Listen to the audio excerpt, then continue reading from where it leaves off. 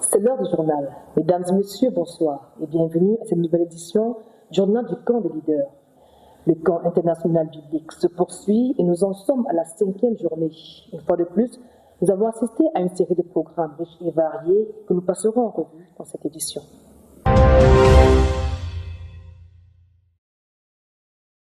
Un nouveau set du leadership, c'est le thème sélectionné pour cette toute première édition du camp des leaders.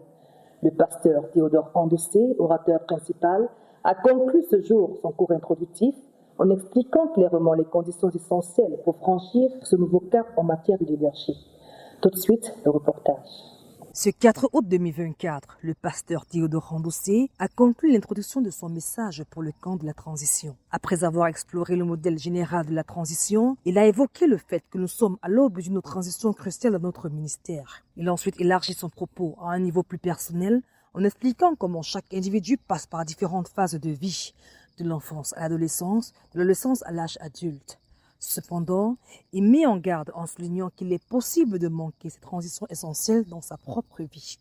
Sur le plan politique, le leader a également évoqué le fait qu'on peut réclamer l'indépendance politique tout en restant dépendant dans le domaine économique. Selon lui, la croissance nécessite une transition et un développement. Atteindre un nouveau seuil de transition nécessite donc une préparation rigoureuse.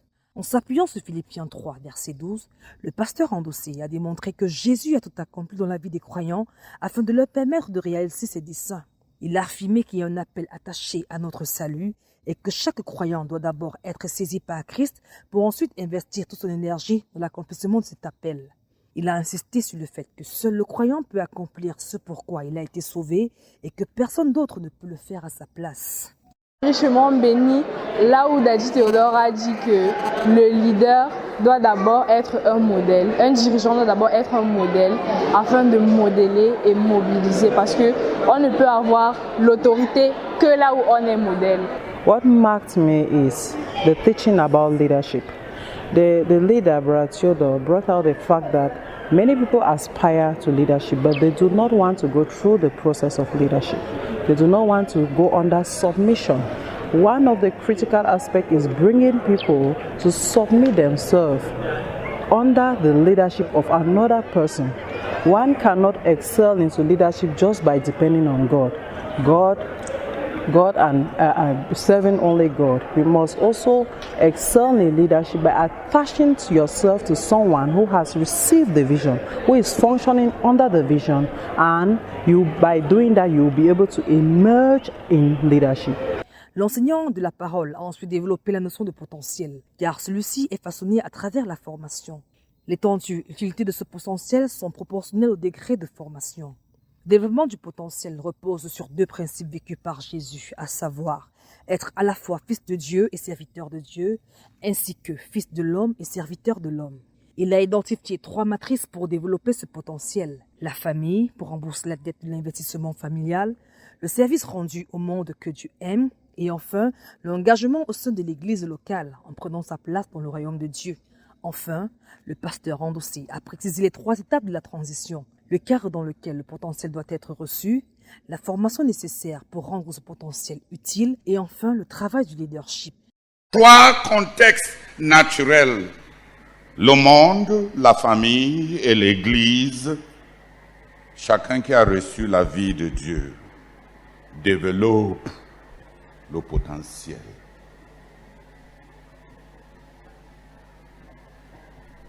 Commence à être utile. Et ceux qui ratent ça, avec de grandes aspirations, vont marcher sur les échasses fabriquées par eux-mêmes pour leur propre ascension. Il a conclu en soulignant que le leader doit non seulement incarner un modèle à suivre, mais aussi s'engager à la vision divine et assumer la responsabilité de mobiliser et former ceux qui accompliront cette mission. De Koumé pour la RTVC, je suis Miranda Zebi. C'est l'histoire saisissante d'un enfant exceptionnel, profondément marqué par l'admiration inégalée qu'il portait à son père et qui a transformé sa vie dès son plus jeune âge. L'instance STF, dirigée par la sœur Henriette Barga, nous emmène au cœur de l'enfance remarquable du professeur Zacharias Taléfomon. Un reportage signé Armand Bitima. L'instance ITF de ce 5 août 2024 est un focus sur l'enfance du frère Zach. À ce sujet, la sœur Henriette Mbarga rappelle qu'il était un enfant extrêmement soigneux. Pendant plusieurs années, il a utilisé un seul crayon qu'il a remis à son père lorsque ce crayon était devenu si court qu'il ne pouvait plus l'utiliser. Cet aspect souligné de la vie du frère Zach a amené tous les campeurs à se repentir de la négligence à garder les choses qui leur sont confiées. Le frère Zach était juste un enfant exceptionnel qui ne gaspillait pas les finances de ses parents. Il revenait l'année suivante, à la fin d'année, avec le crayon, avec le morceau de crayon que son père lui avait donné pour recevoir un autre crayon. Il était un enfant avec un cœur en or. La sœur Henriette ressort par la suite que le frère Zach aimait son père d'une manière très spéciale. C'est ainsi qu'à l'âge de 9 ans, il a planifié de donner de l'argent à son père. Pour l'obtenir, le père fondateur de la CMCI était allé travailler dans une plantation de café. Après avoir reçu 2 shillings moyennant ces 2 mois de travail, le frère Zach s'est mis à genoux pour donner cet argent à son père. Une fois encore, l'auditoire s'est levé pour se repentir du manque du don, suppliant le Seigneur pour avoir des cœurs comme celui du frère Zach qui accueillait toujours son père avec un cadeau. When I heard about the story of Brother Zach, that as a child he always ensured that while his father is returning from the mission field, he must have something to offer to him.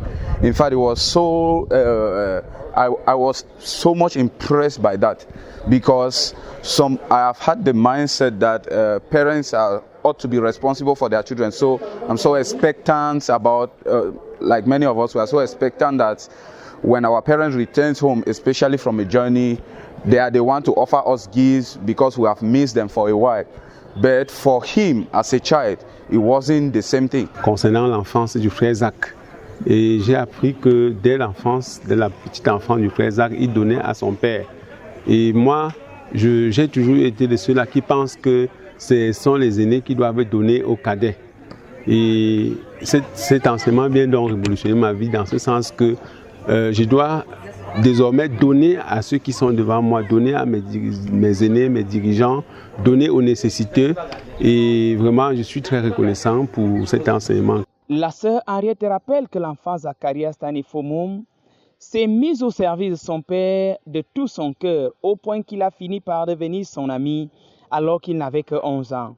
Au terme de la session, les participants ont crié au Seigneur pour revêtir les traits de caractère de ce modèle qu'a été le frère Zach. Puisse le Seigneur, au travers de l'instance ITF, multiplier les enfants qui sont à l'image du frère Zach. Pour la RTVC, je suis le frère Armand. Susciter le réveil au sein de notre communauté à travers le monde, c'est l'objectif du message de Berthois. Message qui fait l'objet d'une étude approfondie au sein des groupes de travail, formés lors du camp des leaders. Tout de suite, le reportage de Joël Simon. Notre but de la phase 3 est d'être 100 millions de disciples dans 200 nations dirigées par 1 million de faiseurs de disciples qui obéissent au message de Berthois. Le message de Berthois est le message donné par le Seigneur au frère Zach à Berthois en 2008. C'est un message pour le réveil dans notre communauté qui implique 13 aspects négatifs dont il faut se débarrasser et 16 aspects positifs à revêtir. Pendant le camp international des leaders ou Akoumé, les participants sont répartis en groupes d'études bibliques dans lesquels ils étudient la délivrance du péché, le semeur, la semence et le cœur des hommes, disciples coûte que coûte et rencontres dynamiques quotidiennes avec Dieu, pour ne citer que ceux-ci. Au nombre des activités menées, des actions de grâce, présentation des différents membres, témoignages de conversion et lecture collective des livres. Les participants sont également invités à répondre individuellement aux questions dans leur livret d'activité. Ils devront les soumettre pour la correction au cours de la session du lendemain. Là, à l'entame de la lecture, nous voyons que les frères, le Seigneur expose les types de cœurs, dans les différents types de cœurs. Et on a vu comment le Seigneur est en train de vouloir toucher en fait le cœur, la partie essentielle même de la vie chrétienne. C'est-à-dire le cœur, dont le Seigneur nous montre que le cœur est la chose la plus importante qu'il y a dans nos vies. Et nous devons vraiment tenir à cela. Donc, pendant que nous étions en train d'étudier le livre et de répondre aux questions, ça m'a permis d'avoir non seulement une connaissance théorique, mais ça a commencé par me conduire dans une expérience spirituelle avec le Seigneur, de sorte que je puisse commencer par découvrir certaines choses que je n'avais pas compris. Dans notre équipe, nous avons étudié le livre de la délivrance du péché. Et j'ai vu quand est-ce qu'une personne peut être délivrée du péché. Et j'ai aussi compris la délivrance de la puissance du péché. Et Puisse le Seigneur se servir de ce travail pour apporter le réveil parmi les leaders. De Koumé pour la RTVC, je suis Jorel Déborah. À présent, Conseil Santé avec l'intervention de 2 experts qui ont sensibilisé les campeurs lors de la session du soir ce 4 août 2024. L'accent a été particulièrement porté sur le paludisme, période persistante dans les pays africains, ce qui pourrait constituer un frein à notre engagement pour la conquête du monde. Reportage signé Joyce Hall. It was in the evening of the 4th day of the Leaders Camp 2024 that doctors were given the floor to advise the campers on the importance of keeping a healthy body for the world conquest. The doctors decided to develop illnesses such as malaria and nutritional diseases to counsel the campers.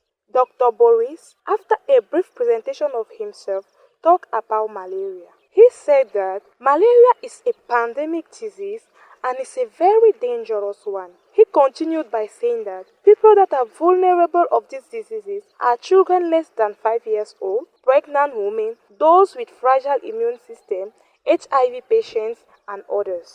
As common symptom of malaria, he talked about fever. He pursued by saying that to avoid malaria, you have to keep your environment, compound, and city clean. He gave several types of malaria. Also said that many African countries are suffering from that. The second doctor gave advice to keep a healthy body. She said that to keep a healthy body, start first of all with a balanced diet. And a balanced diet contains all the classes of food in one plate. A good balanced diet contains proteins, lipids, and carbohydrates. She advised the campers to eat various types of food. Also, we are supposed to eat at a regular time and avoid late eating. At the end of the presentation, campers were allowed to ask some questions and clear their mind. Preventions were given at the end so that the campers should be aware and keep their body healthy because, as the doctor said, all campers are missionaries and they have to be healthy for the goal to be accomplished. Glory be to God. Ils sont des milliers à travers le monde à bénéficier en temps réel des enseignements du camp des leaders tenu sous le ciel de Koumé, quartier général de la CNCI, et ceci grâce à la retransmission sur divers canaux de communication. Le point avec Rivarol Temfak. Au camp biblique des leaders 2024 qui se tient à Koumé-Bertois sur le thème « Un nouveau seuil de leadership », le message prêché est d'une importance si capitale qu'il suscite l'attention des participants à travers le monde. Les leaders, afin d'être bâtis et équipés, suivent très attentivement la diffusion du message avec un vif intérêt, aussi bien en présentiel qu'en ligne. Ils sont 1636 sur place et 1355 auditeurs de 83 pays en ligne. La diffusion du message se fait également sur la fréquence radio 97.5 FM dans la ville de Bertois et ses environs, de même qu'à Yaoundé, la capitale camerounaise. À ce jour, le nombre de téléspectateurs YouTube s'élève à 9127 répartis dans 24 nations, sans compter la diffusion sur les différents réseaux sociaux. Que toute la gloire revienne au Seigneur pour ce message critique qui se répand de Koumé jusqu'aux extrémités de la terre. De Koumé pour la RTVC, je suis Temfak Rivarol. Mesdames et messieurs, c'est la fin de ce journal du camp des leaders. Rendez-vous pour la prochaine édition et d'ici là, portez-vous bien.